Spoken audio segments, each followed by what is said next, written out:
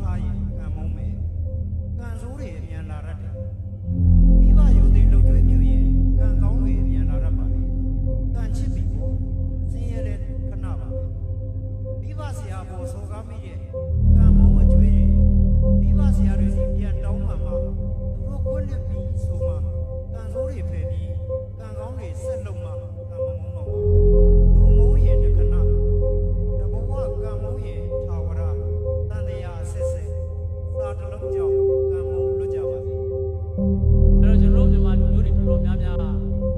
လူမုန်းမှာပဲကြောက်တယ်ကံမုန်းမှာမကြောက်ဘူးဆိုလိုတာကတော့ကံမုန်းပြီဆိုတာနဲ့နေနိုင်တယ်တို့ရှင်မောက်ကလန်ကိုတော်မြတ်ကြီးဟာတကောအရာမှာဣတတက်ရတော့လေကံမုန်းပြီဆိုတဲ့အတွက်ဘယ်မှရှောင်လို့မရပါဘူးကိုကျွေးပေးဆက်ရတာပဲမြတ်စွာဘုရားလည်းဝုဘတ်တော်12ပါးခံရတာပါပဲဒါပေမဲ့မြတ်စွာဘုရားမှာကိုရာနာပြီးစိတ်မနာတော့ပါဘူးသူတို့မှာတော့လောကကြီးမှာလူငယ်တွေကိုဥပအောင်လို့ပြောချင်ပါတယ်ဘဝမှာအကုသိုလ်လုပ်လို့ရှိရင်ငရဲမှာသွားခံရတာအရင်ဆက်ရတာပါလူဘဝပြန်လာတဲ့ခါမှာကျိုးတယ်အားတယ်ကန်းတယ်စွန့်တယ်ပြန်ပြီးခံရတာအတိုးပေးရတာပါမြတ်စွာဘုရားဘဝပြောင်းများစွာကလက်ဝှေ့ထိုးခဲ့တယ်ဘဝပြောင်းများစွာကဆေးမတိုက်ခဲ့တယ်အဲ့ဒါတွေကငရဲမှာအချင်းချင်းခံရတယ်မြတ်စွာဘုရားလူပြည်မှာဘုရားလာဖြစ်တော့နောက်ဆုံးဘဝမှာအတိုးပေးနေရတာပါမြတ်စွာဘုရားဒီခန္ဓာကိုယ်နဲ့ပတ်သက်တဲ့ဟာတွေကဘာလဲပြောရင်ဘုရားဖြစ်တဲ့အတွက်ဒီဝေဒနာတွေတော့မခံစားရတော့ပါဘူးစိတ်ကမနာတော့ဒါပေမဲ့ရုပ်ကပေးဆက်ရပါတယ်အဲ့ဒါကြောင့်မို့လို့အကုသိုလ်လုပ်ရင်ငရဲမှာသွားပြီးတော့ဘာလဲရလဲအကျွေးဆက်လူပြည်ကြတော့ဘာလဲအတိုးပေးရတယ်ဒါကြောင့်မို့လို့ချမ်းသာတဲ့မိသားစုတွေမှာဘာတွေပါလာလဲမိသားစုကတော့ချမ်းသာပါရဲ့အားလေးတွေတို့စကားမပြောတတ်တာတို့မပါဘူးလားအဲ့ဒါအဖြူမဲရောတဲ့ကံတွေပါဒါကြောင့်မို့ဒီကံတွေကိုမပြုတ်လို့ဖို့အတိတ်ကံတွေလည်းကံတွေနဲ့ပတ်သက်ရင်တော့အများကြီးပါပဲအဲ့တော့ဥအောင်နေနဲ့ဒီနေ့လူငယ်တွေကိုပြောချင်တာကကြိုက်တဲ့လောက်သင်တန်းတွေတက်ပါကြိုက်တဲ့လောက်တက်ကြမ်းတွေဖတ်ပါကြိုက်တဲ့လောက်သီလတွေထိမ့်သိမ့်ပါထိမ့်သိမ့်တာတခုတည်းပါ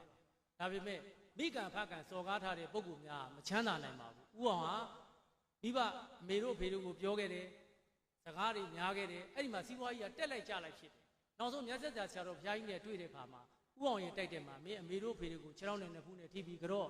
အမေဖေစော်ကားထားတဲ့အကုသိုလ်အမေဖေကိုပြန်တောင်းမှန်မှအိုးကူကြီးသွားပြီးတော့ခေါင်းနဲ့တိုက်ပြီးအမေရဲ့ခွန်းတို့ပါအဖေရဲ့ခွန်းတို့ပါမလုံနဲ့အမေတို့အဖေတို့တည်တော့မှ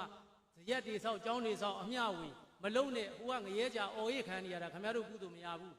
တကယ်လို့ကောင်းလို့နတ်ပြည်တက်လေဟိုကနတ်သမီး400 500နဲ့ပျော်ပါနေပြီခင်ဗျားတို့ကုသိုလ်မယူနိုင်ဘူး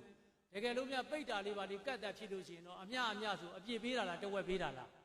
တဝက်ပဲပေးတာမသေးကြတာမလုံနဲ့ရှိတုံးပေးရှိတုံးတောင်းမှန်မိဘပေါ်စော်ကားထားတဲ့အကုသိုလ်မကြေဘူးနော်စီးပွားမဖြစ်တာမိဘစော်ကားလို့အကိုအမစော်ကားလို့တချို့ကပြောသေးတယ်ဥအောင်ရဲတဲ့အမေဖေမရှိတော့တဲ့လူတွေဘယ်နဲ့လုံးမအဲ့ဒါတော့ကြုံလည်းမတတ်နိုင်ဘူးလို့နော်ဒီထဲမှာနေတဲ့လူတွေဥအောင်ကန်လေးခွဲကြည့်မယ်အမေဖေစုံတဲ့လူတွေလည်းညှိုးထောင်ပေးသမှာထောင်ဝေးပါထောင်တော့ဟုတ်ပြီအမေကြီးရှိတဲ့လူတွေလည်းညှိုးထောင်အဖေမရှိတဲ့လူတွေအဲ့ဒါကြီးကန်ကွဲသွားပြီလက်ပြန်ချအဖေကြီးရှိတဲ့လူတွေထောင်အဲ့ဒါကန်နေမတူတာနော်အဲ့တော့ပြောချင်တာကအမေပေါ်စော်ကားတာအမေရှိပါမရတော့အဖေပေါ်စော်ကားတာအဖေရှိပါမရတော့ဦးကြီးဦးလေးအကိုအမအတော်စော်ကားတာဘယ်ဘာသာပဲဖြစ်ဖြစ်နော်ဘုန်းကြီးကမွေးတာမဟုတ်ဘူးဖခင်ကမွေးတာမဟုတ်ဘူးဘာဖြစ်လို့တော့မွေးတာအမေဖေဖန်ဆင်းတာတွေပါတော့ကျွန်တော်မပြောလို့အဲ့တော့အမေဖေကျေးဇူးရှိတယ်ဦးကြီးဦးလေးကျေးဇူးရှိတယ်အကိုမကျေးဇူးရှိတယ်ဒါမှမဟုတ်လို့ဦးအောင်ဒီဂရိဒီချင်းတွေဒီစီးပွားရေးလေးတွေအဆင်ပြေလာတာဒီအမေတို့အဖေတို့ကိုတေးသေးချာချာနှစ်ခါကြောခဲ့တယ်လစဉ်ကြောခဲ့တယ်တေးဒီအထိနောက်ဆုံးဝိပဿနာနဲ့ပျော့ပြောင်းဖြစ်အောင်ဝိပဿနာတွေအားထုတ်နိုင်အောင်အားပြီးတော့လုပ်ကင်ခဲ့တယ်ဒါလေးကိုမိဘကြောကန်းလေးကြည့်အောင်ဖြစ်ပါတယ်ဒါဥအောင်ရဲ့2004ခုနှစ်ကနေစပြီးတော့အမေတို့ဖေတို့ကိုလစဉ်ပေးရင်တန်းလန်းနဲ့အမေတို့ဖေတို့ပေါ်၌ကိုနှုတ်စိတ်သုံးပါးတဘာဘာဖြစ်ပြမမိတာချင်းခွတ်လွတ်ပါဆိုပြီးတော့ခြေတုံးနဲ့နှစ်ဖူးနဲ့ထိပြီးတော့အကျဉ်းချင်းကြောခဲ့တယ်ဆရာတော်ကိုယ်တိုင်လည်းပေးရနေပေးပါတယ်အဲ့တော့ကျွန်တော်တို့ဒီမှာကြီးကြတဲ့ပြည်သက်များကိုပြောချင်တာကိုမိဘတွေကိုဒီဟောပြောပွဲရပြန်လို့ရှိရင်မနေ့ကစပြီးတော့အမေဥ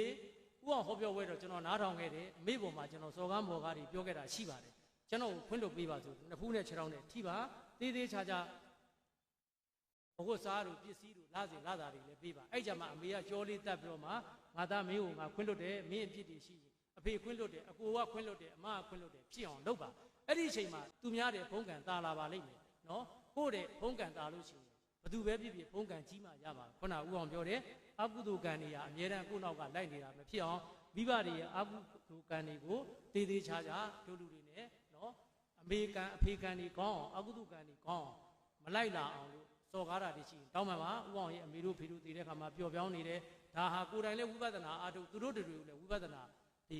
အားထုတ်နိုင်အောင်ပို့ပေးပါခင်ဗျပတ်စံအားထုတ်ကြောက်သွားအားထုတ်ကြည့်လို့မလုပ်ပါနဲ့ကိုယ်တိုင်ဝင်ပါဥအောင်ရဲ့အမေတရားစခန်းဝင်ဖို့အတွက်တရက်ကို9000ပေးရပါတယ်တရားစခန်းပြီးတယ်ဆိုရင်ခင်ဗျားကိုနောက်ထပ်9သိန်းပေးမယ်ပြောရတယ်ကိုယ်တိုင်ကရုံးတုံးပြီးတော့ဘုန်းကြီးဝရပါတယ်ဒါမှအမေကတရားစခန်းဝင်တယ်စာလည်းအင်မတန်ပတ်တော့မှန်ခံပါတယ်ဒါကြောင့်မို့လို့မိဘကျေးဇူးဆန်ကြီးအကောင်းဆုံးဟာလာတင်လာသာပေးပါအမေတို့ဖေတို့ကိုတရားအားထုတ်နိုင်အောင်လိုက်ဖို့ပေးပါနောက်ဆုံးတေကန်ဤထိမတွေ့မဝေးသေးအောင်ဝိပဿနာတွေအားထုတ်ပြီးတော့အမေတို့ဖေတို့ကိုစောင့်ရှောက်ပေးပါလို့တိုက်တွန်းရင်းညီကုန်းချုပ်ပါတယ်